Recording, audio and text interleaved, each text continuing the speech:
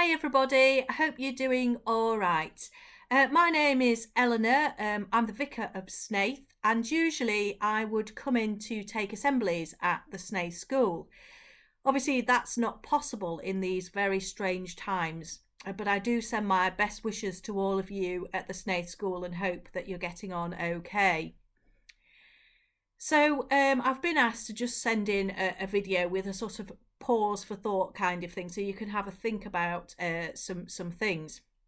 Well, this weekend coming is Remembrance Sunday, and ordinarily in normal times we would have a remembrance parade, and we would have services at the war memorials to remember the fallen. Again, because we're going into lockdown, we can't do that this year. But I have been thinking a lot about remembrance. I'm at an age now, you can probably see my grey hair there. I'm at an age now where I'm old enough to have had grandparents who were adults during the Second World War. My grandparents were in their 20s and 30s during that time. So when I was growing up, it seemed quite normal that people talked about the war quite a lot. Both my mum's parents and my dad's parents, their dads had both seen active service in the Second World War, and their mums had both worked at home, one being a teacher and one working for the Air Ministry. So their lives, their formative years were very much affected by what happened during the war. And I suppose when you're a kid and people waffle on about something, you do get a little bit bored. Sadly, oh, you can see my dog coming in there. Sadly, they are all not with us anymore. And I would love to be able to go back and ask them questions about what it was like during the war. So remembrance is very important because we do think of those sacrifices that people made so that we could have our freedom in this current time. But I think also thinking back to the wartime is something that people are doing a lot more now. With the restrictions that we're having at the moment, quite a few people have said to me, oh, it must have been a bit like this in the war. And I suppose in a sense there is a way you could say that it was a little bit similar to being in the war. Obviously, we can't travel very far, and again, during the Second World War, you wouldn't have wanted to travel very far. Also, we're perhaps not seeing people. Both my grandfathers were away for a number of years and didn't see their family.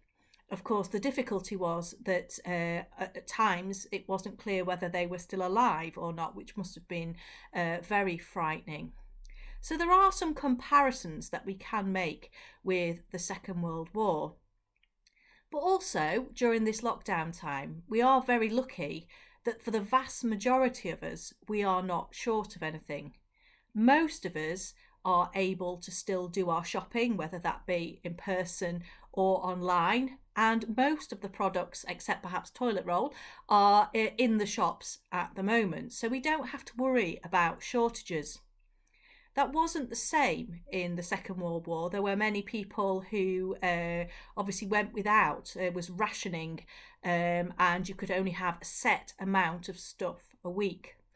My aunt, who was born in 1940, remembers at the end of the war seeing a banana and not knowing what it was because, of course, she'd never seen one during the whole of the wartime. But the thing that strikes me most about the people who lived through the Second World War was their ability to get on with it and to do stuff. It must have been really, really frightening. There must have been times when people feared for their lives, and they must have really, really missed people. But they got on with it. As my dad's mum said to me, what else could we do? We didn't have any choice. And I think that's the parallel that I really want to draw out now when we think about lockdown and the restrictions that we are facing. It's very easy to say, oh, well, everything's cancelled.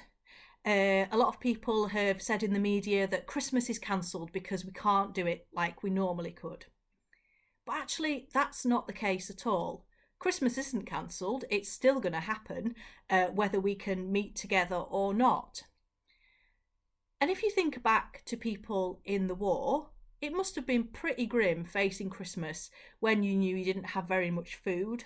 You perhaps didn't have any new clothes. There wasn't much around to buy presents. But still, people got on with it and had Christmas. It might not have been the same, but they still had Christmas and they still gave thanks for each other. So it's going to be the same with us. Yes, we're not going to have the Christmas parties. Usually, as a vicar, I end up having about 20 Christmas dinners, a bit like the Vicar of Dibley. So that's not going to happen. We're not going to be going out for meals. We're probably not going to be going shopping for lots and lots of presents. We're perhaps, sadly, not going to see some of those people that we love. But perhaps for some people who don't necessarily like some of their relatives, they might be quite pleased that they don't have to go round to somebody's house. But what we can do is make the best of the situation, just like those people did in the Second World War.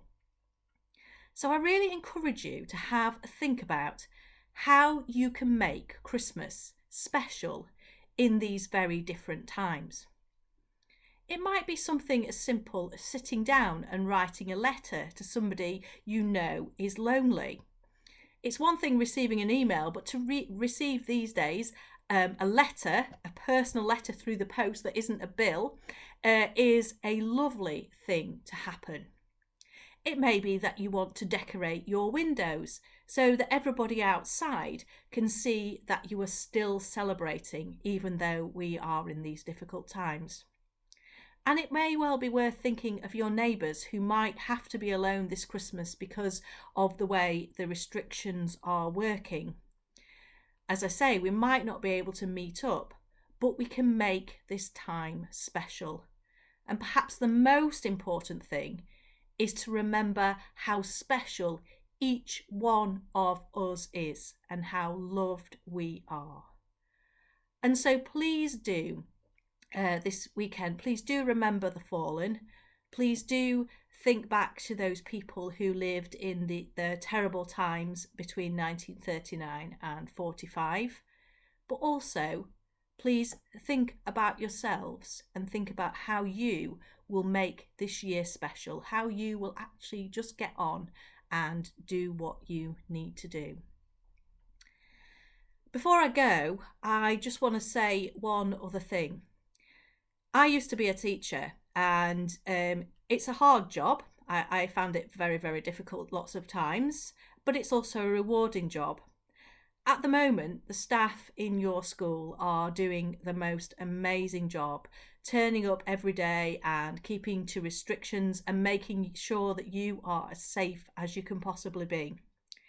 If it's not too embarrassing and if it's not too uncool, I would like to encourage you to give your members of staff at the school a round of applause. But I would also like to say thank you to you all too.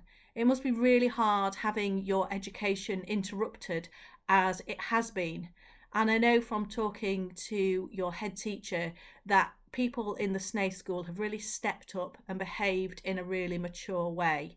And so I would like to say thank you to you for being such good examples in our community.